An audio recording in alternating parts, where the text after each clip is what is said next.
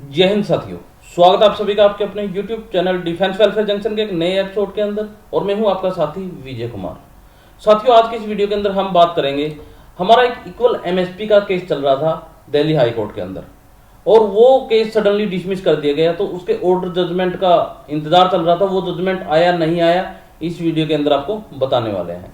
इसके अलावा दोस्तों बात करेंगे हम DOPT, हमारा डिपार्टमेंट ऑफ पर्सनल ट्रेनिंग द्वारा नोशनल इंक्रीमेंट के ऊपर एक सिग्रीगेटेड एक लेटर जारी किया गया, एक ऑफिस मेमोरेंडम जारी किया गया है, जिसके अंदर काफी चीजें बताई गई हैं कि जो नोशनल इंक्रीमेंट है वो किसको मिलेगा किसको नहीं मिलेगा और आगे की क्या अपडेट है उस लेटर के अंदर सारी आपको जानकारी देंगे। इसके बाद दोस्तों बात करेंगे हम दिवाली बोनस के बारे में। जी हाँ दोस्तों, कुछ एक हमारे पेंशनर्स हैं, उनको दिवाली बोनस मिलने वाला है, कौन सी कंडीशंस हैं उसके बारे में भी इस वीडियो के अंदर बताने वाले हैं। इसके बाद बात करेंगे दोस्तों हमारा जो DA का एरियर है और जो आपकी अक्टूबर माह की पेंशन है उसके बारे में क्या अपडेट है, कब आएगी कब नहीं। उसके बाद बात करेंगे दोस्तों युद्ध सम्मान योजना। जी हाँ दोस्तों, आपको पता ही होगा युद्ध सम्मान योजना का प्रपोजल आर्मी हेडक्वार्टर के अंदर चल रहा है। बहुत सारा वीडियोस वायरल हुए थे, बहुत सारे लेटर्स वायरल हुए थे। तो अभी एट प्रेजेंट क्या अपडेट चल रही है, क्या अपडेट आई है, उसके बारे में इस वीडियो के अंदर आपको बताने वाले हैं। तो चलिए दोस्तों, वीडियो शुरू करने से पहले अगर आप इस चैनल के ऊपर नए हैं तो कृपया करके चैनल को सब्सक्राइब करके बेल आइकन को जरूर प्रेस कर दें, ताकि इन फ्यूचर जो भी हमारी वीडियो आती है उसका नोटिफिकेशन आपको मिल सके, आपको कुछ न कुछ बेनिफिट हो सके। तो चलिए वीडियो को शुरू करते हैं। तो यहाँ पर अगर दोस्तों सबसे पहले हम बात करते हैं हमारे इक्वल MSP के केस की, तो इक्वल MSP का जो केस नंबर था दोस्तों हमारा 12842, ये हमारा 2018 के अंदर दिल्ली हाई कोर्ट के अंदर लिस्ट हुआ था, यानी कि फाइल किया गया था। और उसके बाद लगभग 25 हियरिंग के बाद 26वीं हियरिंग यानी कि 30 सितंबर की हियरिंग में हमारे इस केस को डिसमिस कर दिया गया दिल्ली हाई कोर्ट द्वारा।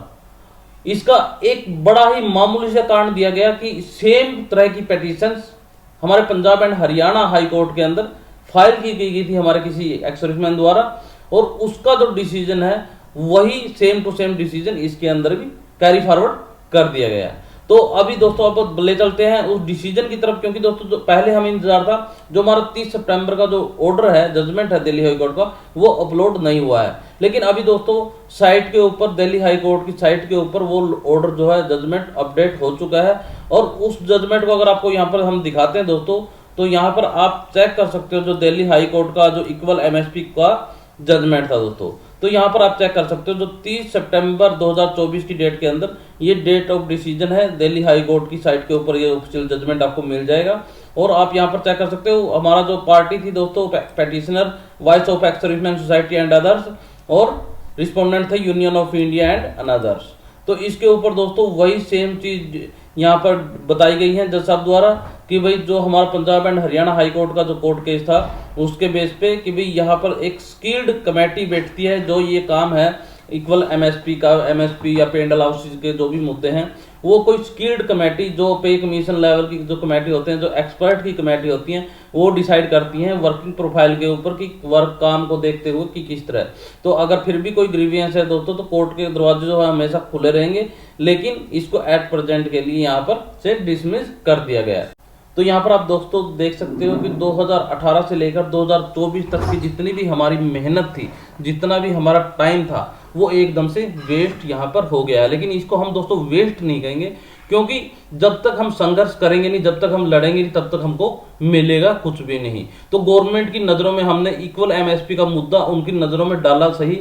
अभी नेक्स्ट पे कमीशन जब भी गवर्नमेंट डिसाइड करेगी तो इस तरह के मुद्दे, जिस तरह की आवाजें हम उठाते हैं, वही मुद्दे पे कमीशन के अंदर कंसीडर किए जाएंगे कि हाँ पब्लिक को इस चीज से प्रॉब्लम है, तो यहाँ पर इस चीज का कोई ना कोई निवारण जरूर किया जाएगा। आप देख लेना, जब भी नेक्स्ट कोई भी पे कमीशन गठित होगा गवर्नमेंट द्वारा, तो इक्वल MSP का मुद्दा जो है, आपका OROP का मुद्दा, उसके अंदर बिल्कुल बारीकी से कंसीडर किए जाएंगे। आप ये चीज महसूस करना, क्योंकि दोस्तों हमने इसके ऊपर बहुत ज्यादा संघर्ष यहाँ पर किया है। इसके बाद दोस्तों हम बात करते हैं हमारा next point, DOPT order on notional increment. जी हाँ दोस्तों, आपको पता ही होगा कि जो हमारे साथी 31 दिसंबर और 30 जून को रिटायर होते हैं, तो उन्होंने अपनी जो सर्विस है दोस्तों, इंक्रीमेंट जो एनुअल इंक्रीमेंट हमारा लगता है वो सर्विस वो पूरी कर देते हैं, लेकिन उनको जो इंक्रीमेंट है वो नहीं मिलता क्योंकि वो पहले आउट हो जाते हैं, रिटायर हो जाते हैं।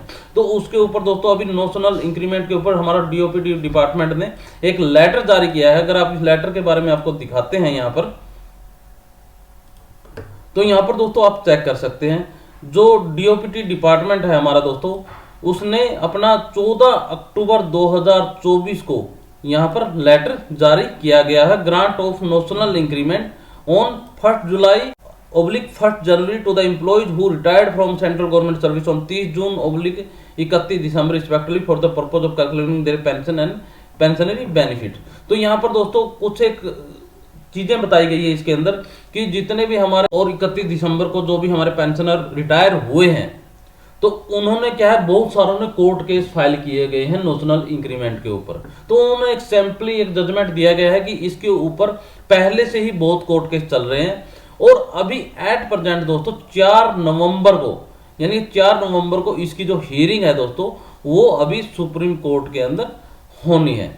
तो यहाँ पर दोस्तों अगर जब सुप्रीम कोर्ट के अंदर जो भी आउटकम होगा दोस्तों, उसके बेस पर एक सेंट्रली डिसीजन लिया जाएगा डीओपीटी द्वारा कि भाई 4 नवंबर 2024 को जो हियरिंग आएगी और उसके अंदर जो फाइनल आउटकम आएगा, उसके मुताबिक जितने भी आपकी कोर्ट केसेस आपने कर रखे हैं उसके ऊपर डीओपीटी फिर फाइनल आउटकम निकालेगा कि अभी इसको एग्जीक्यूट करना है या नहीं। तो यहाँ पर हमने इंतजार करना होगा दोस्तों, उस 4 नवंबर की हियरिंग था, उससे पहले आपने कोई भी यहाँ पर कोर्ट केस वगैरह नोशनल इंक्रीमेंट के ऊपर फाइल नहीं करना है। 4 नवंबर तक का आपने यहाँ पर वेट जरूर करना है दोस्तों। तो ये एक लेटेस्ट अपडेट थी अभी नोशनल इंक्रीमेंट के ऊपर। इसके बाद दोस्तों बात करते हैं हमारे दिवाली बोनस के ऊपर, कि दिवाली बोनस जो है दोस्तों वो गवर्नमेंट द्वारा एडॉक बोनस वो घोषणा कर दी गई है, उसका लेटर जारी कर दिया गया है और हमारे कुछ साथियों को मिलना भी यहाँ पर स्टार्ट हो गया है। तो दोस्तों जो दिवाली बोनस है वो कुछ एक पेंशनर्स के लिए भी यहाँ पर एप्लीकेबल है। तो कौन से वो पेंशनर, अगर आपको इस लेटर के ऊपर हम लेके चलते हैं तो यहाँ पर आप चेक कर सकते हैं, जो दिवाली बोनस का जो लेटर था दोस्तों, गवर्नमेंट द्वारा 10 अक्टूबर 2024 को ये लेटर जारी कर दिया गया आपका, non productivity link bonus ad hoc bonus for the central government employees for the year 2023-24। और इसके अंदर दोस्तों यहाँ पर जो पेंशनर के लिए जो पैरा यहाँ पर एप्लीकेबल है, तो यहाँ पर ये चीज हमारे पेंशनर के लिए एप्लीकेबल है। यहाँ पर ये चीज चेक कर सकते हैं दोस्तों, employees who resigned retired from service on और एक्सपायर्ड बिफोर 31 मार्च 2024, यानी कि दोस्तों जो हमारे साथी 31 मार्च 2024 से पहले रिटायर हो गए हैं, एक्सपायर हो गए हैं, तो उनको फैमिली पेंशनर को मिलेगा नहीं मिलेगा, या 31 मार्च 2024 के बाद में रिटायर हुए हैं तो उनके लिए क्या यहाँ पर निकलकर सामने आया है।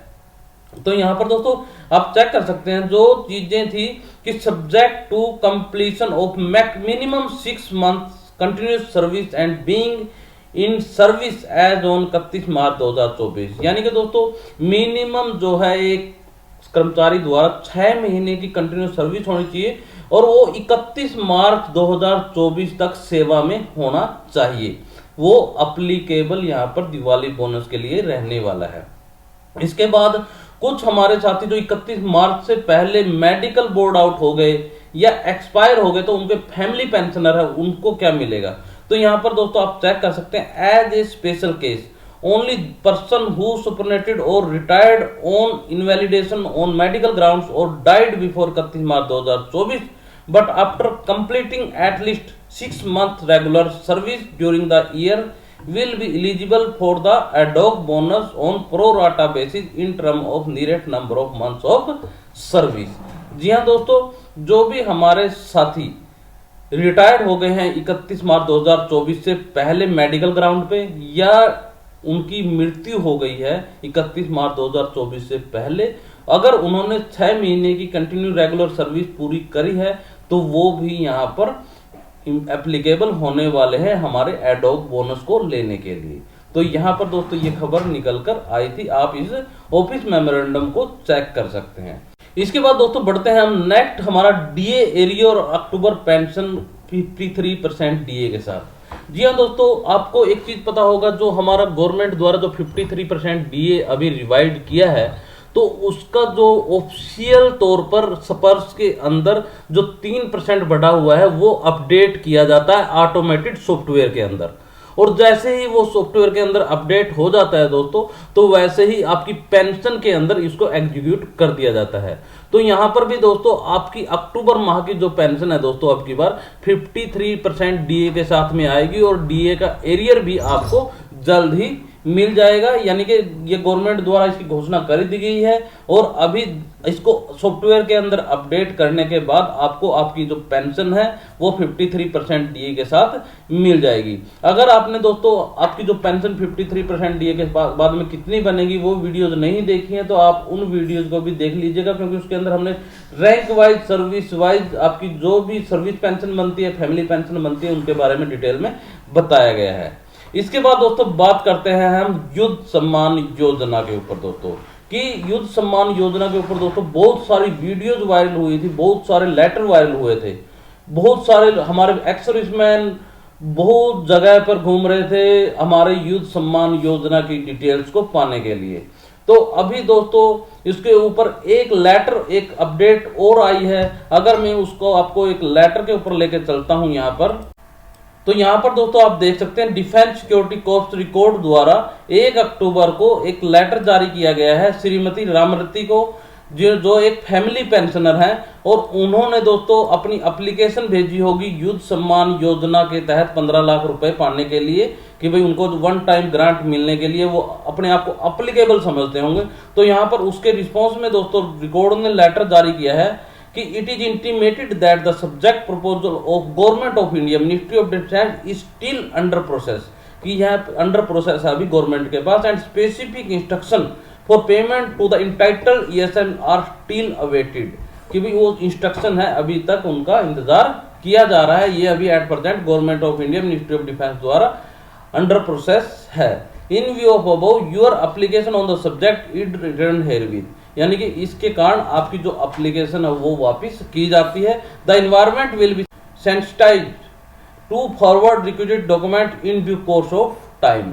तो यहाँ पर दोस्तों आप एक चीज चेक कर सकते हैं कि युद्ध सम्मान योजना का जो प्रपोजल है दोस्तों, वो गवर्नमेंट के अंदर अभी विचाराधीन है, और ये किन के लिए एप्लीकेबल है, किन के लिए एप्लीकेबल नहीं है, ये टाइम डिसाइड करेगा दोस्तों। लेकिन इस तरह का जो प्रपोजल है ये गवर्नमेंट के पास अभी विचाराधीन है, यानी कि कोई ऐसी फेक चीज नहीं है ये।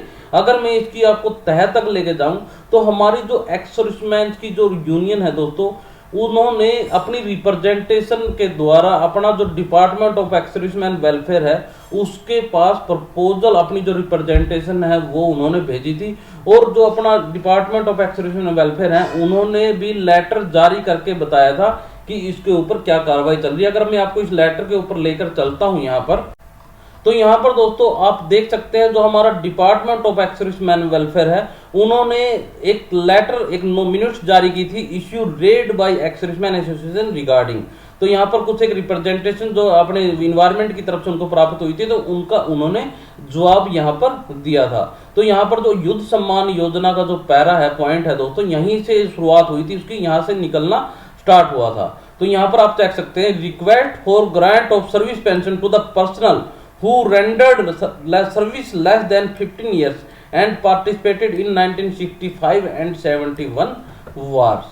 तो यहाँ पर दोस्तों जो हमारे कुछ साथी जो एक्स सर्विसमैन 65 और 71 वार के अंदर लड़ाई लड़ी थी, लेकिन 15 साल की सर्विस से पहले रिटायर हो गए थे, तो उनको दोस्तों सर्विस पेंशन के बारे में यहाँ पर एक पॉइंट उठाया गया था। इसके अलावा दोस्तों यहाँ पर एक पॉइंट उठाया गया था payment of ex gratia award to the issue emergency commission officer and short service commission officer who participated in 1965 and 71 wars. तो यहाँ पर दोस्तों ये दो रिप्रेजेंटेशन थी हमारे एक्स सर्विसमैन की, जिन्होंने 1965 और 71 वार के अंदर पार्टिसिपेट किया था और वो किसी भी तरह के पेंशन के नहीं ले रहे हैं, तो उनको एक रिलीफ देने के लिए दोस्तों यहाँ पर युद्ध सम्मान योजना का जो शुरुआत यहाँ से की गई थी, और इसके बाद इसको धीरे धीरे करके अभी अमल में लाया जा रहा है। वो टाइम डिसाइड करेगा कि ये इसका जो लाभ है वो एक्चुअल में किनको मिलने वाला है। तो ये थी दोस्तों कुछ एक इन्फॉर्मेशन। आशा करते हैं आपको इन्फॉर्मेशन पसंद आई होगी। अगर वीडियो पसंद आई है दोस्तों तो वीडियो को लाइक शेयर और चैनल को सब्सक्राइब करना बिल्कुल ना भूलें। तो चलिए इसी के साथ इस वीडियो का एंड करते हैं, फिर मिलेंगे आपको एक नई वीडियो के साथ। तब तक के लिए जय हिंद।